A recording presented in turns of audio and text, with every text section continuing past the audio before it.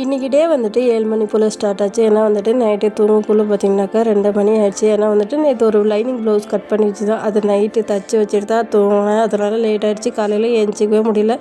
7 மணிக்கு தான் ஏந்திச்சேன். ஏந்திச்சதுக்கப்புறம் பார்த்திங்கனாக்கா சமைக்கிற வேலை அதே தான். ஆனால் வெளியே தண்ணி வேறு விட்டுருவாங்க.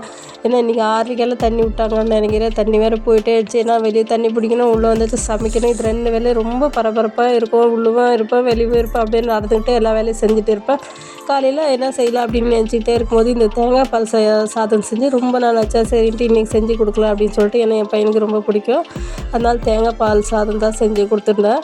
செஞ்சு முடிச்சுட்டு அதுக்கப்புறம் தம்பி ரெடி பண்ணிவிட்டு அவனுக்கு சாப்பாடெல்லாம் ஊட்டி விட்டு அதுக்கப்புறம் பஸ்ஸுக்கு வேறு நேரமாச்சு அப்படின்னு சொல்லிட்டு தம்பிக்கு கூட்டிகிட்டு கீழே கிளம்பியாச்சு. போய் பஸ் ஏற்றி விட்டு வரலாம் அப்படின்னு சொல்லிட்டு வரும்போது பார்த்திங்கன்னா நம்ம செடியில் கத்திரிக்காய் இருந்துச்சு. ஒரு நாள் அதை பறிச்சுட்டு வந்து வச்சுட்டேன். அதுக்கப்புறம் நைட்டு தைச்ச ப்ளவுஸில் கொஞ்சம் பேலன்ஸ் இருந்துச்சு. ஹுக் பட்டி அதுக்கப்புறம் சைட் ஜாயினிங் எல்லாம் இருந்துச்சு. அதை தான் தைச்சிட்டு உட்காந்துருந்தேன் காலையிலே. இன்னொரு வீடியோ